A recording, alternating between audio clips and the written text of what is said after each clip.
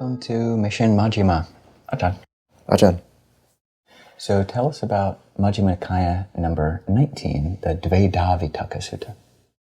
So the Dvedha Vitakka Sutta, two kinds of thinking, is the Buddha speaking about this process of moving towards awakening, and a very simple but powerful framework which he used and which he recommends for us. Basically saying that before his awakening, he divided his thoughts into two categories, those associated with sensuality, with ill will, and with cruelty. Kama and Bhayapada and Vihingsa, and put those in one category, and then take his other thoughts, which are associated with the three factors of right intention, sammasankappo, the second factor of the Noble Eightfold Path, and renunciation, non-ill will, and non-cruelty, and divided those into a second group. And he realized that whenever a unwholesome thought associated with the first unwholesome category arose, he reflected that these lead to my own suffering and harm and that of others, to both, and then it would subside. Whereas when some thought arose associated with the three beautiful or wholesome intentions of renunciation, of non-ill will, of non-cruelty, he thought this leads to neither my own harm or others, and would allow it to remain.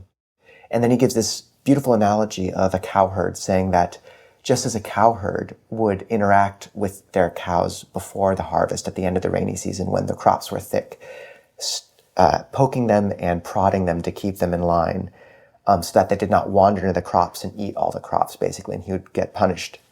Even so, when you interact with negative mind states, he recommends prodding or poking, or at least constraining the mind from wandering into those dangerous grounds.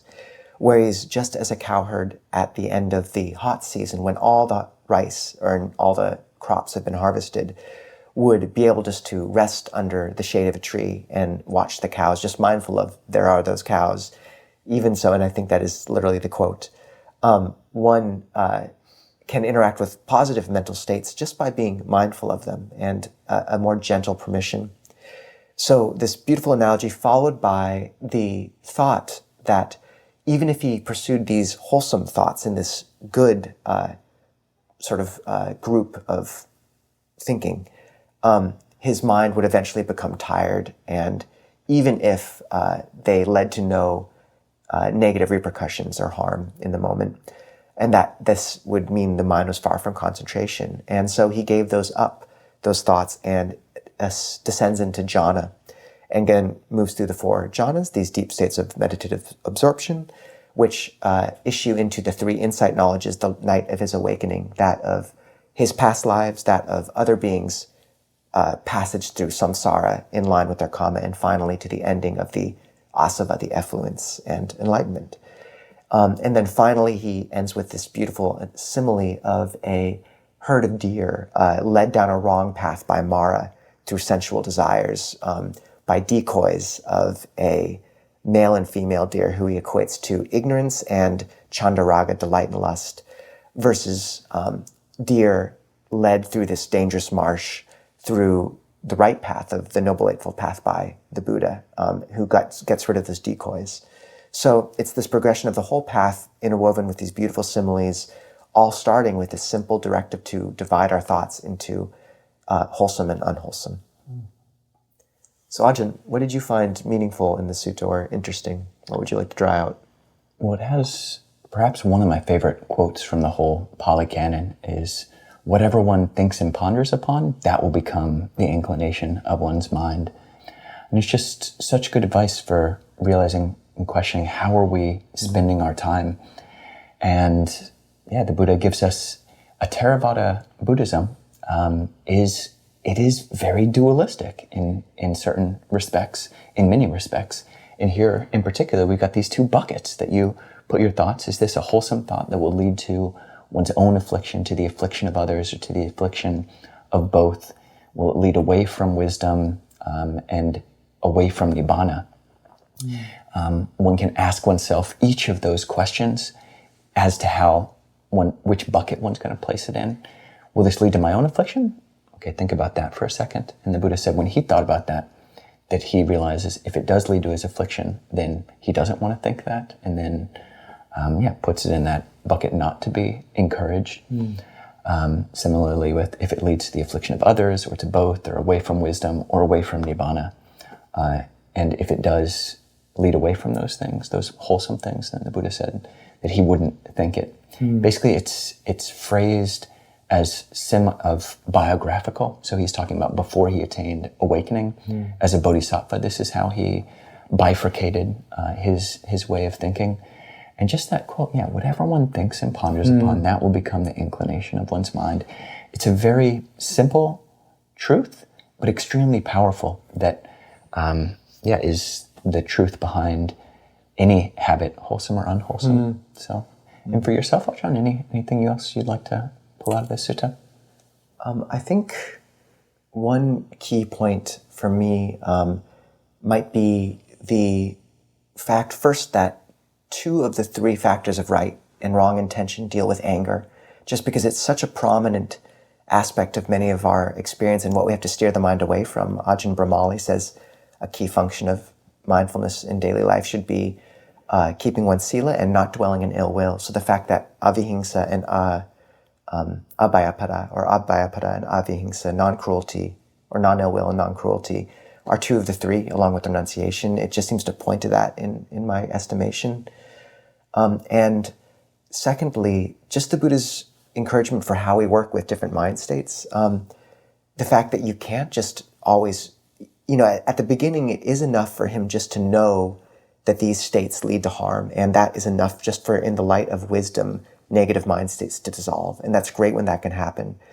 But he counterbalances that later with the analogy of the cowherd, saying sometimes with these negative mind states, the cows are still going to go for the corn, and you have to be tapping and prodding and careful and not let them get in there because it has real damage. So I thought that was a brilliant way of talking about how to interact with the negative mind states that come up, as is his pointing that when mind states are in a good place, you can trust them to some extent and be more gentle and hands off. And I find in meditation that's especially relevant, because if the mind is in a good place, if you're with loving kindness or it's immersed in the body, really having some faith that you don't need to be constantly steering it. Sometimes you can drop in a word or a slight intention and then just watch as it trust the cows a little bit if they're in a good spot and there's not corn around. And that's useful for meditation for me. What else for you, Ajahn? Any ways you work with this personally or things you find interesting? One thing I thought would be nice to focus in on is specifically the causality of excessive thinking. So he says that even this good bucket of thinking in terms of renunciation, thinking about how great it would be to go forth and give up this bad habit, thinking all these good thoughts about renunciation or loving kindness or non-violence. The Buddha says there's nothing to fear in that, but with excessive thinking, the body becomes tired. When the body is tired, the mind becomes strained. When the mind is strained, it's far from concentration.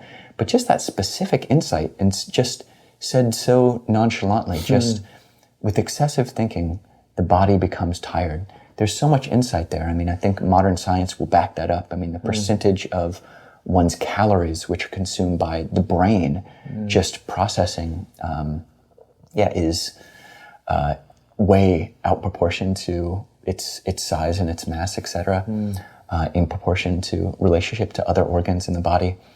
And just it's very true. And I think a lot of Americans or a lot of Westerners who are disconnected from their bodies don't realize, just sitting around watching whatever streaming content, watching YouTube or just all the digital media that one is taking in, it makes the body tired in addition to making the mind strained and keeping one far from concentration. Even if one is signed up to all the best TikTok channels about renunciation and loving kindness, etc., which they probably exist somewhere. But that thinking can make the body tired is a really crucial insight. And also just the last point, the last pericope, this quote about what a teacher out of compassion has done for their disciples, I've done for you. There are these roots of trees. There are these empty huts. Meditate, jayata, lest you regret it later. just such a good reminder. And it appears in 15 suttas, 4 here in the Majjhima, one of which we already met in the Saleka Sutta, Majjhima 8, 7 times in the Samyutta, 4 other times in the Anguttara. So yeah, there are these roots of trees. Meditate, lest you regret it later. So, and Ajahn, what is the word of the day? Vitakka. And that means directed thought. It comes from the root tak, which means to think. Well, Ajahn, thank you very much. And thanks everybody for tuning in. If you're tuning in on Sunday, you can just jump on over to the Zoom room. And for everybody else, we'll maybe see you next week when we go over Majjhima number 20. Ajahn.